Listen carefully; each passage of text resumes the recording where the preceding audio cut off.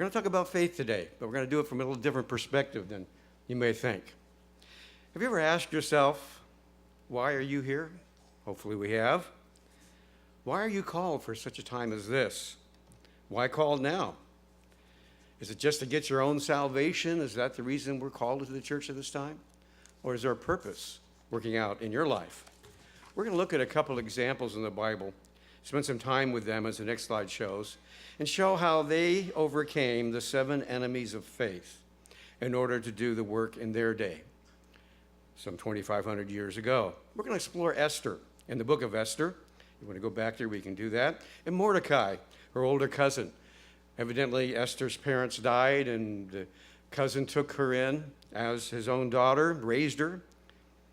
But they faced some challenges that would have affected the entire Jewish people on down through Christ's day even. It would have made a major change if they hadn't have stepped up, had the faith, overcome the trials and traumas in their day. So let's explore Esther and Mordecai, how they became the servants of God, and how we should be doing the same thing today. So first of all, Esther. At the time of Esther, the Jews were scattered throughout the Persian Empire. Remember, it was Babylonia, then Persia, Medo-Persian Empire. That's when they lived. Anti-Semitism was growing throughout the empire, some 127 provinces. A malicious plot was about to be devised that was designed to go to people all over the 127 provinces in the Persian Empire, suggesting in 12 months that they go and kill every Jew they could find, wipe them all out. Would that happen? Would God allow that to happen? The servants of God there would have to do their part, and God would have to do his. The second temple was already built in Jerusalem at the response of Haggai and Zechariah's preaching. The book of Esther starts out, as you may remember the story. Some of you ladies have gone through this more thoroughly than some of us men have. But I was able to do this at the feast this last year, and it was really revealing to me just how much faith and courage both Esther and her cousin had, Mordecai. It starts out with Queen Vashti, who was the queen at the time, married to Xerxes, the king. They were at a banquet. He spent 30 days celebrating with all the people close to him in the kingdom. And then the last week of his celebration, he invited all the people from the city, the headquarters town where he lived, to come in for another banquet. And they were in a drunken stupor, and he had an idea. I know. I've got a beautiful wife. Let's invite her to the party, and everybody can admire just how beautiful she is. Well, Vashti refused to show up. What happened was the people that were under the king, Xerxes, began to worry. They began to talk to him. You know, if she can turn you down as king, what about us? What about our wives? Are they going to not obey us as well? You need to do something about this. You need to get rid of this queen and find a new one. In fact, the best way to do that, they reasoned, was to have a beauty contest. Bring all the beautiful young virgins we can find from all over the 127 provinces, bring them right here to the capital city in the palace, and we'll have a beauty contest. And you can choose a new queen. Well, the king liked that idea. But look at Esther from her perspective in a modern context, ladies. Especially should be able to relate to this. She was actually, in a sense, kidnapped by government officials. There's some indication in history that she went against her will, that she wasn't in favor of this. She entered into a beauty contest against her will. She prepared for a whole year to be presented before the king. And all this while, she couldn't reveal her nationality. She couldn't reveal her religion. She couldn't reveal that she was related to Mordecai, her cousin. In fact, Mordecai had recommended that because she would be in danger of death if they found out she was Jewish. Certainly not considered as one of the forerunners in the beauty contest. How would you adapt, ladies, if this was you and you were yanked out of your home as a teenager, maybe a young adult, beautiful, good-looking lady, and presented before the king in about a year? How would you respond? How would you adapt and survive or even thrive and still live God's way of life? It was a challenge. You know, sometimes the book of Esther is described as a historical novel because it's such an interesting story. The Jews rehearse it every year, even today, during a celebration we'll talk about later, to remember the day that this all happened in the time in which it did. It was about a beautiful young Jewish woman brought up as an orphan by her older cousin Mordecai. It was the third year of Azarias or Xerxes' reign, two different names, one Greek.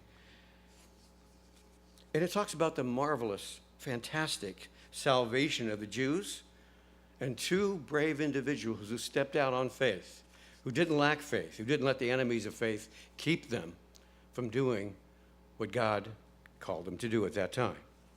So what are these enemies of faith? I understand Mr. Holliday might touched on these last week. Repetition's always good in my mind, so if I go over some ground here since I wasn't able to hear his message, I apologize in advance, but I actually have come up with about 7 different enemies of faith. First is doubt. We simply just don't believe it could happen. We'll talk about that in more detail. Then there's anxious thought. Where do anxious thoughts come from? You ever stop to think about that? What's the spark in our minds? Where does that come from? Well, usually there's one of 2 ingredients or both. One is fear. We just get afraid, so we get anxious about the situation. And the other is worry. We just start worrying, and therefore we get anxious. Third one is not being reconciled to God. That's a big barrier to faith. If we're not close to God, how would Mordecai and how would Esther get close to God to make sure they were on track and doing the right thing? We'll see about that in a minute. Number 4, not being reconciled to our neighbor. We know that's a forerunner, a prerequisite. If we're going to be forgiven, we have to forgive others. Number 5, we seek our own will. Would Esther seek to save her own life? Or would she step out in faith and seek to save the lives of all the Jews and all the realm of the Persian Empire? Not being humble is another problem. How would they handle humility in this case? They must have been pretty much anxious about the situation. And then human reasoning, the last one is number 7, human reasoning, and I love this one.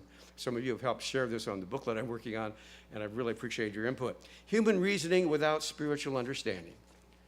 Sometimes some of the smartest among us can be the weakest in faith. Not talking about members, but non-members of the church, generally speaking. So let's talk about this. How did they face these 7 enemies of faith? How can we face them today? First of all, doubt. The next one is doubt. Let's talk about doubt. This is the first one. Esther, again, was raised by her older cousin, Mordecai. Go on to the next slide there, Doug. You already had the foundation of faith in God. She grew up in the Jewish community. She had that relationship with God, at least in her mind. But now she was yanked out of everything she knew that was stable. She was allowed. Had God allowed it? She may have wondered why God allowed it, and she may have become concerned and doubted whether it was really God was behind it. Remember the story, and I believe Mr. Holliday may have touched on this last week from what I heard, but in Matthew 14, verse 31, when Jesus Christ had just fed the 5,000 men, plus women and children, and then he went up to the mountain and prayed all night. He sent the disciples off on the boat across the Sea of Galilee, and the storm and tempest was blowing, and they were making very little progress. And so about 3 o'clock in the morning, he starts walking across the sea. And they thought it was a ghost, an apparition. Well, who was this walking on the water? Christ assured them it was him. Peter was so exuberant, what did he do? You know the story. He jumped out of the boat, began to walk on the water, because he said, "Beg me to come to you, Christ." Christ said, "Come." But what happened? Oh, he looked at the wind. He looked at the problems. He looked at the waves. He looked at his feet. I can't walk on water. That's physically impossible. He began to reason. He began to doubt it was even possible, even with the Messiah standing right there on the water next to him. Christ reached out his hand, pulled him back up, and what did he say? You know what he said. Matthew 14:31. "Oh, you of little faith, why did you doubt?" Why do we doubt? Would Esther doubt that God would save them? Would Mordecai doubt that he would save the Jews of the province, of the land? Let's look at Esther's example. On the next slide. The Talmud, which is the Jewish civil and ceremonial law, says that she was taken against her will. We don't know for sure if that's true, but that's certainly what they've written. But she adopted and survived, and her faith in God was helped her thrive through the process. And she did not compromise with God's way of life. Let's go on to number 2, which is anxious thought of the enemies of faith. Anxious thought. Again, the 2 ingredients, fear and worry, can cause us to be anxious. What did Christ say about that? In Luke 12:29 through 31, Christ said, "Do not seek what you should eat and what you should drink, nor have an anxious mind. Don't go there. Don't spend your life anxiously worrying about this or that, especially physical things, because your Father knows you have all these things that you need, but seek the kingdom of God, and all these things shall be added to you. Put God first, in other words, and you don't have to worry. You don't have to be anxious. So anxious thought is on the next slide. We see when we have difficulties, when we humans have problems, it's so easy to focus on the waves and the wind and the trauma and the trials and the fires we heard about in the sermonette that can burn with trials in our lives. It's easy to focus on it with an anxious mind. And Christ said, those worries are usually connected with physical things, what we should eat, what we should drink, food, clothing, and shelter. But sometimes we worry about wants, not just needs. Most of us in the Western world have it pretty good, don't we? We have it pretty good. And sometimes we're frustrated because we don't have a new home to live in, or we don't have a new automobile. We have all these wants, and God will provide some of those for us. But what are the causes of human worry? Stop and think about this for a minute. Next slide talks about the most common worries us human beings tend to face. This is all from research pulled. First of all, money. Isn't that a big barrier to most of us? We worry about, will I have enough money at the end of the month? Or we have more month at the end of the money. It's a debate. Some of us don't make it that far. How about health? We get older, we get a little concerned about our health. The stress at work. I was talking to one young lady who happens to work on our bulletin, and she said she had a tough week this week. Well, we have tough weeks. Stress at work can be a real worrier, a real barrier to faith if we're not careful. Job security. I've gone through the ups and downs of jobs. Some of you sitting in the back have moved back to the East Coast or West Coast from the East Coast. Job stability can be a real worry. How about problems with friends and family? Yeah, we all face human problems. And just making ends meet. I got to pay the rent. I got to pay the bills. I got to make sure I fill the car with gas. Do I have enough to get to church today? Where am I going to do? Where am I going to get to the end of the month with money left in my pocket? These are all common worries. And you know what? Worry, as the next slide shows, is an equal opportunity employer. An equal opportunity employer. There's something for everyone when it comes to worrying. You can look at teenagers. What do you teenagers worry about? Schoolwork? Doing your homework? How about your parents? I mean, that seems to be a big deal for growing teenagers as they enter into that time of life. How about social interaction with other teens in and out of the church? Some worries there. How do we handle them? Middle-aged people? How about finances? Are you ready for retirement in a few years? What about medical emergencies? Is there enough in the bank to make sure that if we have a medical emergency, we can survive, or are we going to go bankrupt in the process? And how about the children's education? That's a big one for many of us. Are we saving enough? Do they have to borrow their way into financial ruin to get through college? Or can we help them out a little bit? Those are some of the middle-aged worries that people often think about. And then how about those in my category, the retirees? Well, often there's health problems to worry about. Not that I've had health problems, but a lot of people, when they get older, do have health problems. Again, I just came back from the memorial for the death of my sister-in-law, Janice Foster, and to see my mentor, my trainer, the man who really taught me how to counsel in church and how to speak in the church and everything 36 years ago, starting then. Roger Foster, he's got Alzheimer's.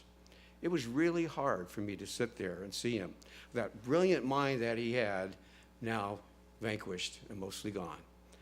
But it was good in the sense I was able to thank him for all he did, to praise him, because I know God will reward him.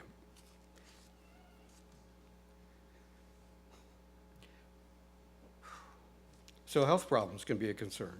What about common fears? What do we have as fears?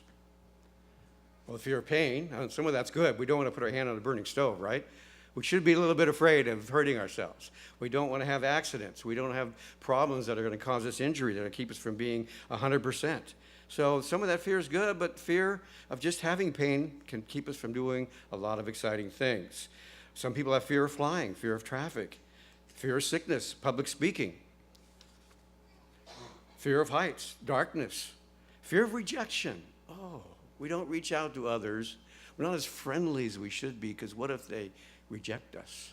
What if they don't be as friendly to us as we are to them? Sometimes that can be a big barrier to relationships. Fear of rejection. Fear of commitment. I just can't make the commitment here for this relationship. Fear of failure and fear of death. But you know, there are a lot of worthless worries. Some of those are real worries. Some of those are real concerns. We can go ahead a couple slides in and see that there's a study by the University of Cincinnati. 85% of everything we worry about is a total waste of time and energy and emotion. Worthless worries. 85% of what we worry about never happens. Why do we spend all that time and energy worrying and churning in our minds? What about this? What about that? Analyzing every aspect of something that's never even going to happen. And even the study went on to show that the 15% that will actually happen to the people they studied, about 79% of those are handled. They're able to turn it around, be able to survive and push on through it. It's interesting, Mark Twain put it this way. He said, you know, my life has been filled with calamities, some of them which actually happened. There seems to be nothing more fictitious than the worry that goes on in our heads. Fictitious worries. We need to realize that we worry about a lot of things that should not be worried. So how do we solve that problem? We should not be worrying about. How do we solve that problem? Next slide talks about the fear busters. Would you like to have something you could just pull out of your pocket and say, I've got a fear here, I've got a worry here. It's a fear buster. Well, God gives us that. It's mentioned in Hebrews 12:2 from the Amplified Version. We have a fear and worry buster that we use it very often. It says this: looking away from all that distracts us, worries and fears and all this distraction goes on in our mind mainly, and focusing our eyes where? On Jesus Christ, who is the author, the perfecter of our faith. You know, we got into this because of him. We were called and chosen by God. Jesus Christ opened the door to our mind. We began to understand and learn. The faith that we developed when we were baptized, after we repented and received God's Holy Spirit, was thanks to Jesus Christ. He is the perfecter of our faith, the first incentive of our belief, the Amplified says, and the one who brings our faith to maturity. You want to grow, as we heard in the sermonette, that's what trials are about. Sometimes we have to do it the hard way. God would rather us do it the easy way by just turning to him when we have worries, even fictitious ones that are just planted in our brain. Turn to him, because it goes on to say, he is the first incentive of our belief and the one who brings our faith to maturity. Isn't that what it's all about, brethren? None of us are going to skate through life without pain and suffering, without trials and traumas. The point is we need to learn along the way. Take the easy step, turning to Christ. It's not just faith in Christ. Hallelujah, you're saved. It's Christ's faith in us that we need. That's the maturing process. We need that. And that's an analogy I've used before here. It's like we need to take these fears and worries like a big volleyball, and we need to just plant it, boom, right up to heaven, and let it stay there in God's hands. Give him your worries. Send to him your fears. He was very capable of taking care of them, especially when it's all made up in our mind, maybe. Or if they're real, then he'll show us a way to overcome and change and grow. We need to live a worry-free and fear-free, resistant life. That's what we're called to do. How do we do that? Trust God. Very simple, isn't it? Faith. We heard about that last week, I understand. And we heard about that in Mr. Holliday's letter they sent out on the Sabbath. Trust God. Focus on what we can do to solve the real problems in our lives. That's what we need to do. Now, is there an anecdote? We just like to take a shot every time you got to worry. You can say, oh, okay. Glad that's gone away. It doesn't work that way, does it? But there is an anecdote. It's a 4-letter word. It's mentioned in 1 John 4:18 through 19. We need to apply this anecdote a little more often when we have those fears and worries. There is no fear in what? Love. No fear in. So these are opposites. When we fear, we are limiting and short-circuiting our love. When we love, we're limiting and short-circuiting our fear and worries. It's a formula. It's an antidote. It cures the problems of worry. It cures the problems of fear. But perfect love casts out all fear. Do we have perfect love? I don't think so, but we try to. We draw closer to God. We want that agape love. That's the real godly kind of love that can spark that love we need to get rid of fear, and get rid of anxiety, and get rid of worries. Because fear involves torment. It can be torturous to be thinking about the worst case scenarios in your life. But he who fears has not been made perfect in love. When we fear and we worry and we overly get anxious about things, we're not being perfect in our love, are we? We love him because he first loved us. Don't short-circuit your faith. Use love as an antidote to get rid of fear and worry. Okay, going on to the next slide. Anxious thought. Anxious thought. Again, that's the two components. Fear and worry can produce that. Philippians 4, verses 6 through 7 talks about this. Talks about anxious. When should we be anxious? When should we be anxious? Having a party tonight. We're getting together to play cards. I'm a little anxious to be around other people. Have a nice quality meeting Friday night at my home. Should I be anxious about what I'm going to say? When should we be anxious? Be anxious for nothing, Paul told the Philippians, but in everything by prayer and supplication with thanksgiving, let your requests be known to God. Don't be anxious. Let God know what the situation is. And he gives us the guard that we need for our mind. The peace of God, which surpasses all understanding, will guard your hearts and minds. You want your heart guarded, and your minds guarded against fear and worry, against anxious thought through Jesus Christ. We need to have that peace of God.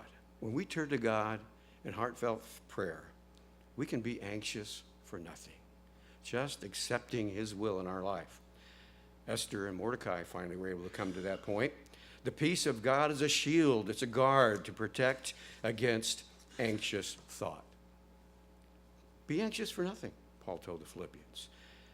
So let's get back to the story of Esther. Esther overcame her anxious thought, her fears and worries.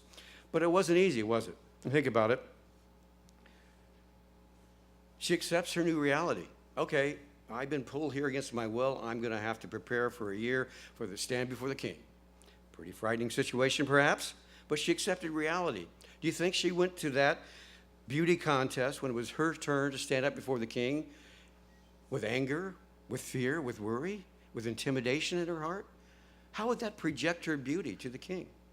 How would she look if she was sitting there all gnarled up with fears and worries? No, she came there with the best she had, the best smile, the best attitude, the best heart, prepared by God and prepared herself for the beauty pageant for a whole year. She looked and acted her best. The beauty contest was important for her future life. And maybe there was a purpose behind this problem after all. She looked and acted her best. She was chosen by the king as the most beautiful lady in the land, young virgin that would become the new queen for the king. But again, remember the story. The king doesn't know that Esther's Jewish. He doesn't know that Mordecai is her cousin that raised her, even though Mordecai worked right there on the gate of the king. But now starts the interesting part. The bad guy, the evil one, comes up. His name is Haman. He plots to destroy the Jews. It's a kind of a funny picture of him there in the upper corner, left-hand corner. But Mordecai, why does this happen? Mordecai is here. He's sitting in the gate of the king, which probably means he was an advisor to those who would come up to the king. What do you think, Mordecai? Should I go see the king? Should I not go see the king? That's probably what it meant to be sitting in the gates of the king. So here he is sitting there every day, and every day Haman, who was the prime minister, the chief of staff, would come by, and there was Mordecai. Ugh, that Jew. Haman got angry. Why? Because he wouldn't bow before Haman. Why wouldn't he bow before Haman? He refused to bow before him. Was it idolatry to bow toward somebody? Well, there's examples in the Bible where people have bowed toward kings, prime ministers, leaders. Not necessarily idolatry just to bow toward somebody. Why would Mordecai refuse to bow and bring all this trouble on himself and, as a side point, to the Jews themselves? Haman got very angry, and he concocted a plot to destroy Mordecai and all the Jews in the entire empire. You see that in Esther 3, 5 through 6. He accused him of this written statement that went out, that he got the king to endorse, that they were living by different laws. You've been accused of that. That crazy church, that religion of yours. You live by those crazy rules. What's this feast of what? Feast of booze? You put branches over 2x4s in the backyard? Or what is this thing, anyhow? They were accused of having different laws, living by different standards, which was probably true.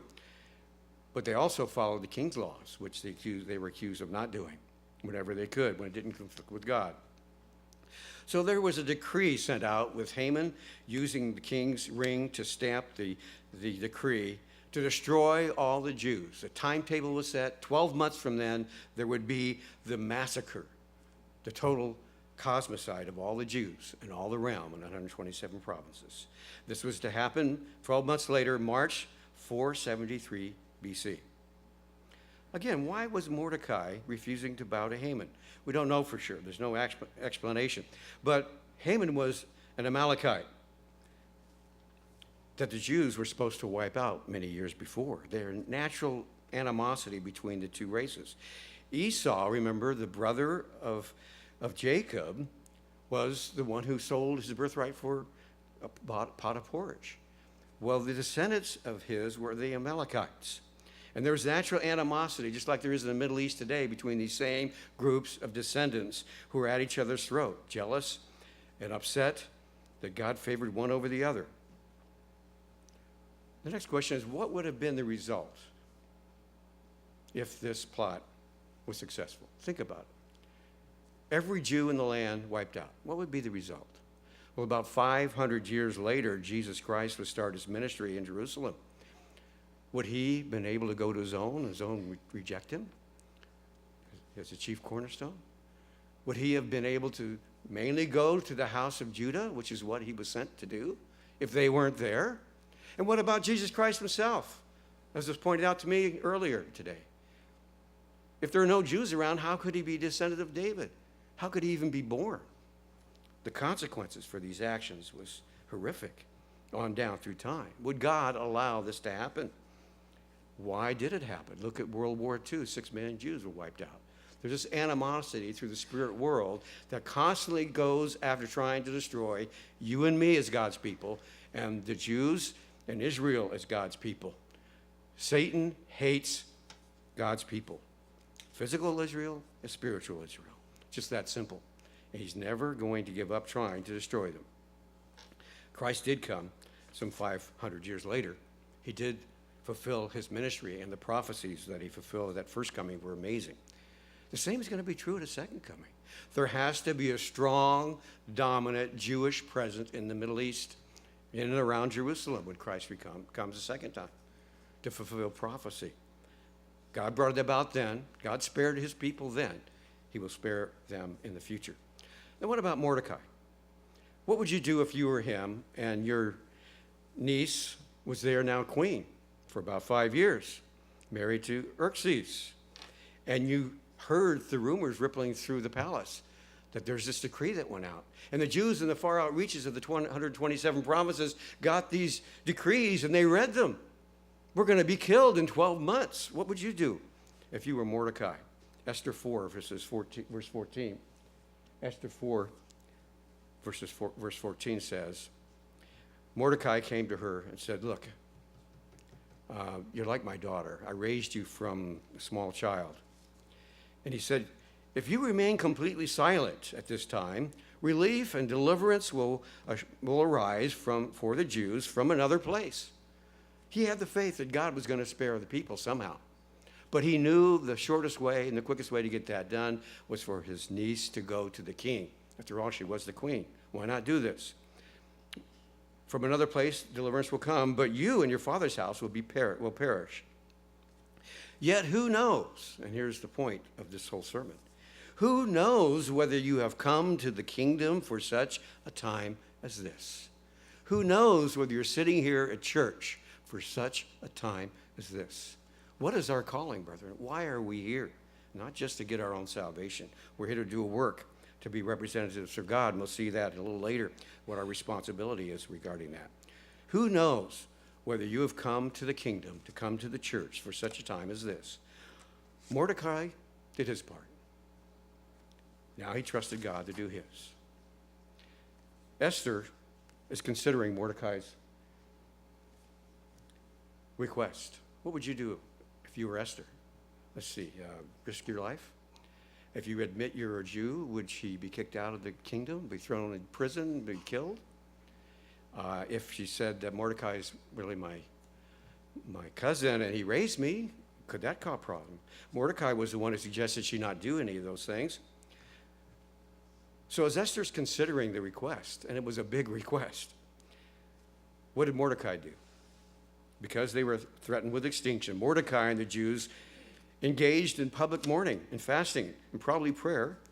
Esther 4, verses 1 through 3 talks about that. Would Esther intervene? If you know the story. The next slide talks about it. Would Esther intervene? Her Jewish identity was still secret.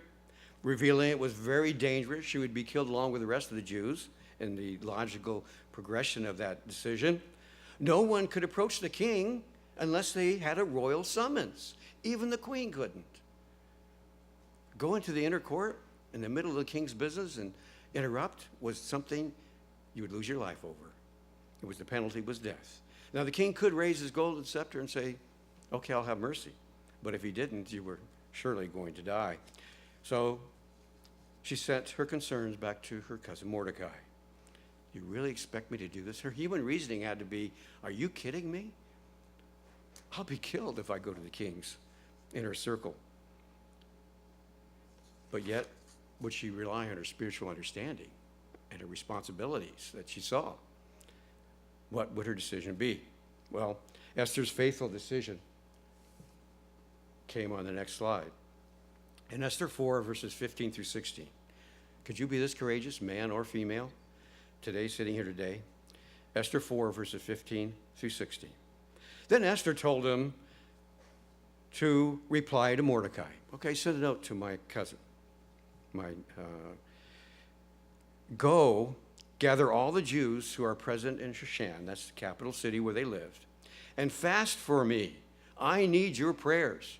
You don't think people need our prayers, brethren? When they're sick, when they're weak, when they're on the verge of death, they need our prayers. They need God's encouragement. Go and pray and fast for me, neither eat nor drink nor for 3 days, night or day. My maids and I will fast likewise. And so I will go to the king, by the way, which is against the law. And if I perish, I perish. If I perish, I perish. Wow. Pretty bold decision. But she needed the spiritual help to make it through it. Esther faced the 7 enemies of faith. Doubt, anxious thought, fear, and worry. Not being reconciled to God. Was she close enough? He had to fast to make sure she was. Not being reconciled with her cousin who raised her, who she objected to, what he was suggesting for a while. Number 5, seeking her own will versus God's will. Not being humble. Would she be humble enough? And using that human reasoning, there was no way she should go through those doors into the inner chamber to see the king. But her spiritual understanding would rule out. So think about it. Esther faced these 7 enemies. Number 1, doubt. On the next slide, we talk about the first 3 of these. She didn't know the outcome. I mean, we can read the story and we can get to the bottom line. We can go to the last chapters and she makes it. But she didn't know when she had to face that trial. Number 2, she had anxious thoughts. I bet she did. Would she live or die? That's pretty anxious. And this was a real anxiety over real fears, real worries. Number 3, not being reconciled to God. Well, she was going to fast. She was going to pray. She's asking all the people in the city that are Jewish to do the same because she needed the encouragement. And the next slide talks about the last 4. Not being reconciled to God. Well, she was going to fix that. Prayer, study, fasting, drawing close to God, humbling herself. Not being reconciled to neighbor, she sent the request back to Mordecai. Okay, if I perish, I perish. We're going to do this. She didn't seek her own will. She put God's people and God's will ahead of herself. Can we do that? It's pretty hard for us human beings to put anything ahead of ourselves. Christ said it's very difficult for a man to give his life for another. Christ came and gave his life for everyone. But sometimes human beings can give their lives for others in war and battles. And this is one courageous warrior. Esther is putting her life on the line. She humbled herself by fasting, and she used her spiritual understanding, not just her human logical reasoning. So going on to the next one. Number 3, she was not reconciled to God. She fasted and prayed. We know, as the next slide shows, this third one can be hard. How are we getting reconciled to God? And what's the problem when we get away? Who moved if we're not close to God? Isaiah 59, verses 1 and 2.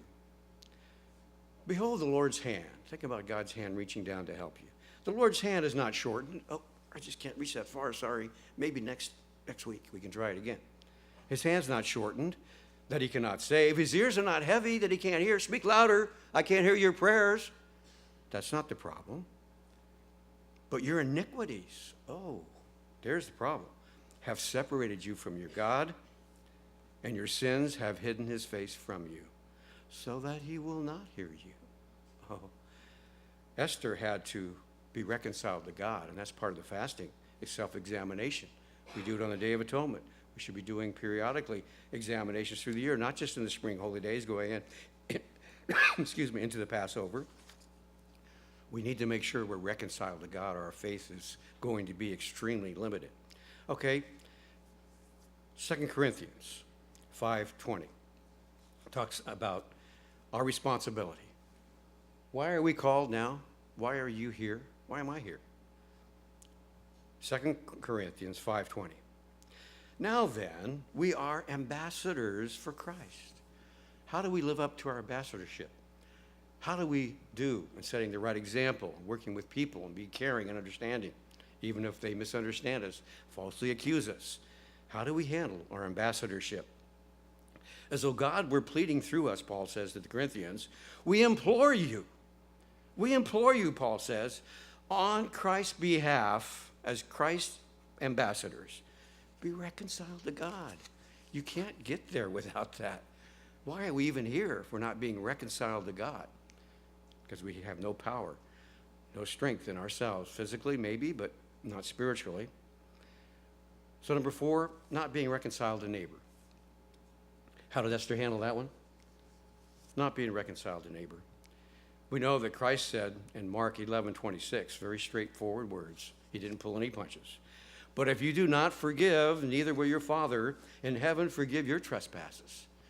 You want to be forgiven, you have to forgive others. And what did he say about the person bringing an offering, a sacrifice, bringing your gifts, bringing your attitudes and your help for God's people? What does he say in Matthew 5:24?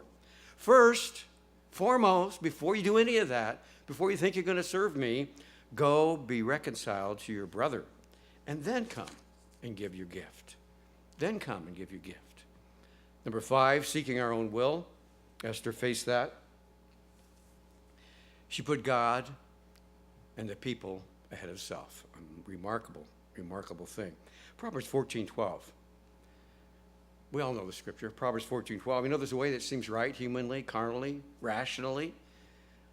There's a way that seems right to a man, but what happens? The end leads you right into death. Mordecai and Ezra were willing to face death themselves in order to save others, because they reasoned spiritually, not from a carnal perspective. In Romans 12, verse 1, again, Paul could get pretty emotional from time to time. He says, I beseech you, therefore, brethren, by the mercies of God, that you do what? Present your bodies as living sacrifices. In a sense, you could say the living dead. We are living the living dead. It's not the name of a rock group. It's the name of our calling. We are the living dead. We are to be dead for our trespasses and sins and living for Christ Jesus. Present your bodies as living sacrifices, holy, acceptable unto God. Now, is that really too much to ask? Become a living sacrifice, a complete sacrifice? You don't just give a fingernail or an earlobe or part of your hair. He wants the whole thing. He wants the whole enchilada. Is that too much to ask of us lowly human beings? It's acceptable to God, which is your reasonable, acceptable service. It's just reasonable. God wants the whole thing, not just part of us. We need to seek God's will. Seek God's will, like Sarah or Esther did so well. Psalm 32, verses 8 through 10. Psalm 32, verses 8 through 10.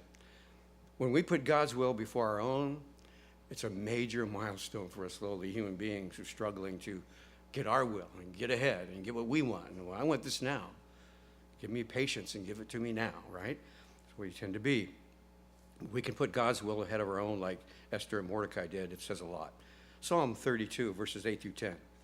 I will trust you. I will instruct you, God says, and teach you in the way you should go.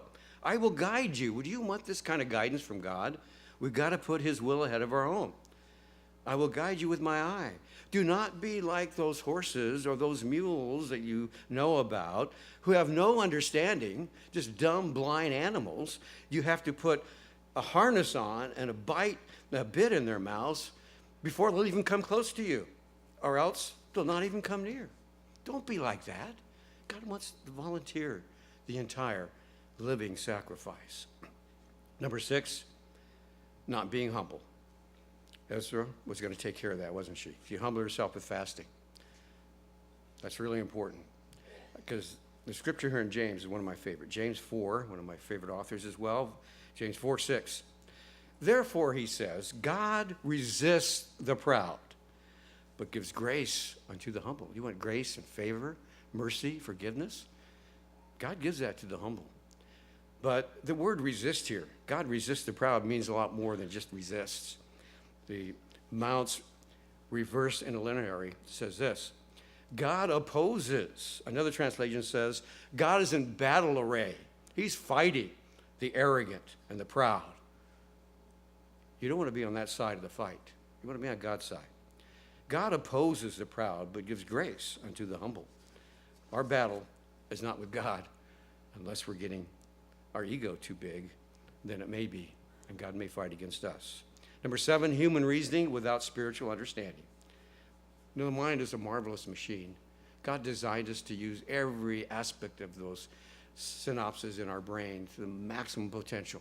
He wants smart people to use the spiritual side of their brain to balance out that wisdom and understanding. 1 Corinthians 2:14. Just realizing without the spiritual part of our mind working actively, we're not complete. We're only half there. God designed the human mind to be connected with the spirit and man, to be connected with his spirit. Unless we have all three of those components working together, we're at best only half there. 1 Corinthians 2:14. But the natural man, that's you and me, as our carnal minds, does not receive the things of the Spirit of God. It's just not there. You talk to someone that's a relative. I know it's frustrating for some of you who are fairly new in the church, and you go home, you talk to your wives, and you talk about, oh, they just don't get it. Well, they don't have God's Spirit working in their mind like you do. They can't get it. It's not their fault. They can't get it yet. Because the things of the Spirit of God they can't understand, for they are foolishness to them. You keep that Sabbath day, or you do what? You wash people's feet on the Passover evening? That's kind of weird. They're foolishness to him, for nor can he know them, because you can't understand them because they're spiritually discerned. You can't understand spiritual things without God's Spirit. So important, so vital to faith, having that relationship with God. So Esther had some real concerns. She had some real concerns, as the next slide shows. This was a matter of life and death, after all. It was a pretty big decision. She should have had some worries and fears, in my mind at least, to point, but she turned to God in prayer and fasting for 3 days, her and her friends and those in the capital city. And about this time, she had been married 5 years, so think about it. 5 years in, she's got her marriage. Probably the honeymoon part of the marriage is a little bit distant, if not totally gone. She hadn't seen the king for a month. Hadn't been summoned to come see the king. Was there something wrong? Was her relationship floundering? Maybe she concluded that she lost favor with the king. And yet, as the next slide shows, she said, if I perish, I perish. I've got to do this. So she bravely enters the inner court of the king. Would she be received by the king, or would she be executed? She didn't know when she walked through those doors. But fortunately, the king raised his golden scepter. She would not die. Xerxes knew there must be something really important going on in that beautiful mind of hers. Something important. She had to be beautiful, not just physically, but mentally and emotionally, to be accepted by the king as the best and the brightest in the land. So he reassures her and promises half the kingdom, which may have just been a traditional retard comment they made at that time, Esther 5:3. So what lessons? There are many lessons from Esther, many, many lessons, but let's talk about some right now. One of the lessons from Esther is that we all, every one of us, have a responsibility to serve God's people and to serve God. No exceptions. That's why we're here. That's why we're called. No exceptions. Approaching others needs to be done with prayer. When you're asked somebody for the reason of the hope that's in you, as your first instinct to automatically pray silently, God, give me what I need to say. It should be. We need to pray. Use discernment. Use wisdom. It's interesting, when Esther went in before the king, as we'll see, she didn't just blurt out, I'm going to be killed, and it's Haman, his fault. Notice how she handles it when we get there. She used discernment. She used wisdom. She used that pretty brain of hers to be able to figure things out. And God inspired her and backed her because she had fasted and prayed. Courageous faith, that's what it takes, brethren. We can't just be half-hearted, half-faithful, and think, ho-hum, we're going to ho-hum our way into the kingdom of God. That's all that counts. The work doesn't need to be done now. No, God told Joshua in 1 Joshua, verse 9, this is the kind of biting faith that we need. But I have not, I commanded you, Joshua. This is just before Moses had died. They were about to enter the promised land. And here this younger Joshua, still pretty old by the young people's standards that lived through those that died after 40 years of wandering in the wilderness. But he was the leader. It was new to him. He must have been concerned, or God wouldn't have told him this. Have not I commanded you, Joshua? Be strong. Be of good courage. Do not be afraid or dismayed, for the Lord your God is with you wherever you go. Would you like to know that's true with you? It is, if we're staying close to God, if we're developing the wisdom of Esther. As the next slide talks about, Esther had wisdom. Look at the diplomacy here. So what's her idea? How is she going to bring her enemy and the king together and explain this whole plot to destroy her and all of her loved ones and all that were of the Jewish persuasion? She didn't disclose it right away. What would you do? You're pent up and you've been praying and fasting about this, and the first chance you have to see the king, you would want to just blurt out, they're going to kill me. Haman's the guilty one. He sent out this decree and all my people are going to die throughout the region. That would be the normal carnal human way to react, but she had wisdom. She withheld what was on her mind. Think about what that did to the king. Just the king and Haman are now at this first banquet. Just the two of them, sitting there talking. And the king's wondering, what's on your mind? I'll answer your prayers up to half the kingdom. Just tell me what it is. What's the reaction going to be to the king when she doesn't reveal it? Well, she has time to improve her relationships. There would be another banquet he would be invited to with Esther the next night. So she's giving time to warm up that close relationship they had one time, evidently. Pretty smart. What would that do to his curiosity of what she wanted? Would you think he'd want to know by now? The banquet's here. Okay, Esther, you can tell me. So she invites the king and Haman to a second banquet the next day. Gives time to reinforce that relationship, to make him more curious about what she wants. And she delays. Her delay is providentially used by God to allow the king a sleepless night. Now, why was that important? Why would the king have to have a sleepless night? The story is really fascinating when you get to this part of it. If you haven't read it, I just encourage you to go back and read it again. Haman plotted against Mordecai, as the next slide shows. He plotted against Mordecai. He used human reasoning, because he was human, without any of God's Spirit working with him. And only Haman and the king were invited. So that night, what do you think he did? Well, guess what, wife? Guess what, family? Guess what, friends? Look at how much wealth I have. Wow, I'm second in the kingdom. Look how much honor and praise I've been given. Isn't this great?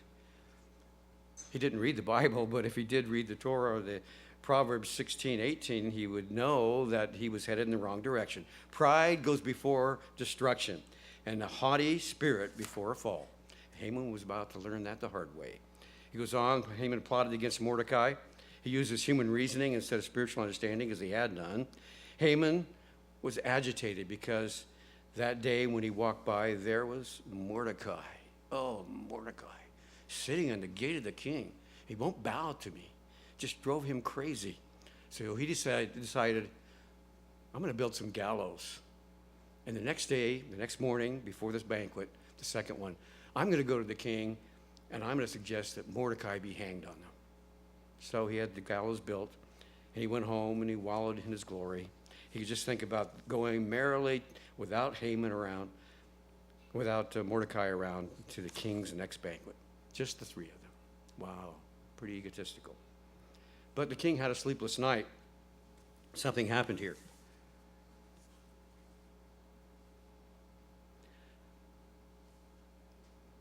What would you do if you weren't sleeping well at night? Watch TV? Well, he didn't have TV to watch. Listen to the radio? No radio. The king says, okay, to his servants, I can't sleep tonight. Bring in the Chronicles. I'm going to go review what we've done the last 5 years here in my kingdom.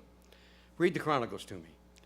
As he was reading through, they were reading through these Chronicles of the situations of what was going on in the Persian Empire since he was the king. He came across something that happened 5 years ago by this guy, Mordecai, who was sitting in his gate.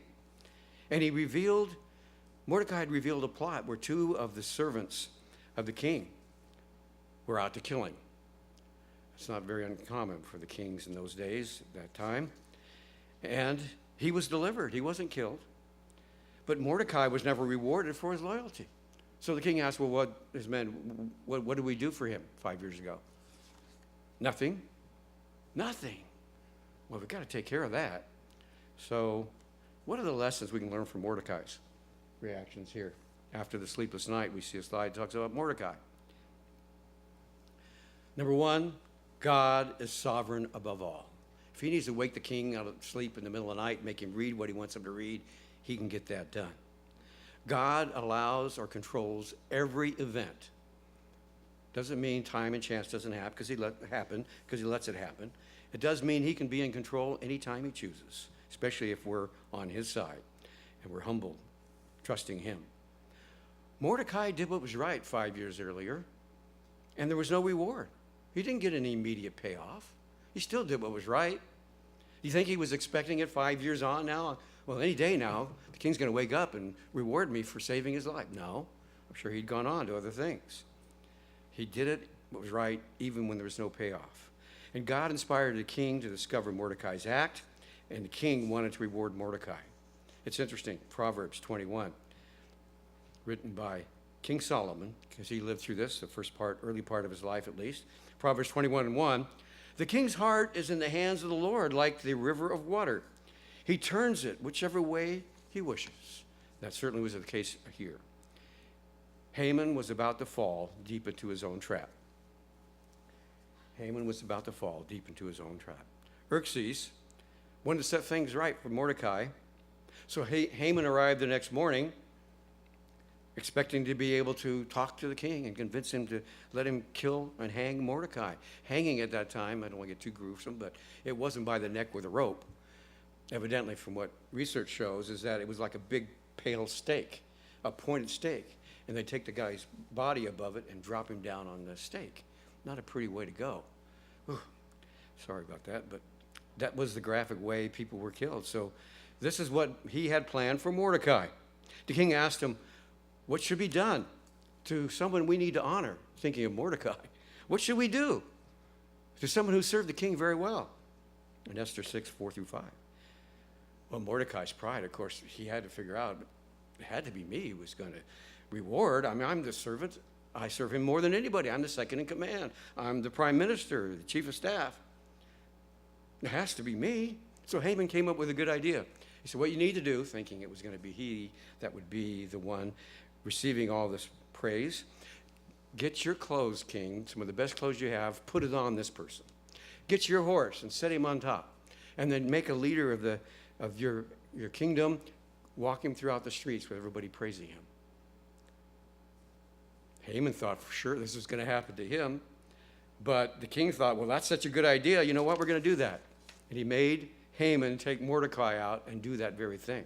That had to be very humiliating with this egotist now that was having his ego stomped on. But the second banquet was coming. They sat down to a wine banquet, evidently.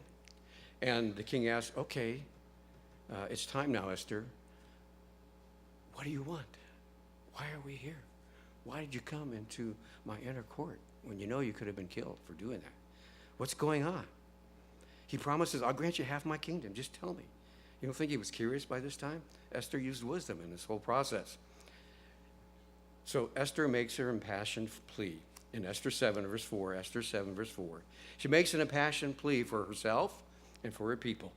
For we have been sold, my people and I, to be destroyed, she told the king, to be killed and to be annihilated. Would God let that happen?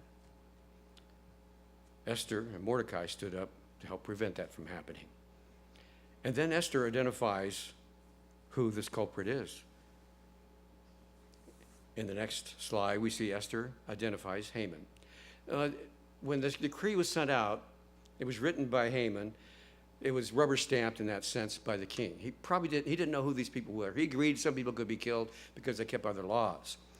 He never got the connection it was Jewish. It was the Jews. He never got the connection that his wife was a Jew. He still didn't understand that. So King Ahasuerus answered Esther, Esther 7, 3 through 6, and said to the queen, who is he and where is he who would dare presume in his heart to do such things? And Esther said, the adversary, the enemy, is the one sitting on your right hand, king, the wicked Haman. So Haman was terrified before the king and queen. He didn't know she was Jewish. It was a shock to him, I'm sure, that he now plotted to kill all the Jews of the land, which would include her. Haman's fall was coming very rapidly about this time. Haman's fall was long, hard, and quick. The king was furious. He stormed out into the garden. Terror-stricken, Haman ran over to Esther while he was out there pleading for his life. I didn't know you were Jewish. I didn't know what was going on. And just about that time, as he was leaning over, trying to explain to her what happened and pleading for his life, the king returned from the garden, and there to find Haman fallen across the couch that Esther was sitting on. Notice Esther 7, verses 8 through 10. Then the king said, will he also assault the queen while I'm in the house? Are you kidding me? Must have been his feelings. One of the king's servants mentioned that Haman had just built these scaffoldings meant for Mordecai's hanging. In an irony, a twist of irony, Haman's fate would have been what he planned for Mordecai. The king said, hang him on it. Let him get what he wanted for somebody else. And so it was carried out. Now the story wraps up here. Esther and Mordecai were honored. The king gave Haman's estate to Esther. It was a big estate by this time. Esther reveals her relationship with Mordecai. This is my adopted father. He's my cousin. And he took me in when my parents died. And guess what? Mordecai was then promoted to be prime minister in place of Haman, the second in command under the king.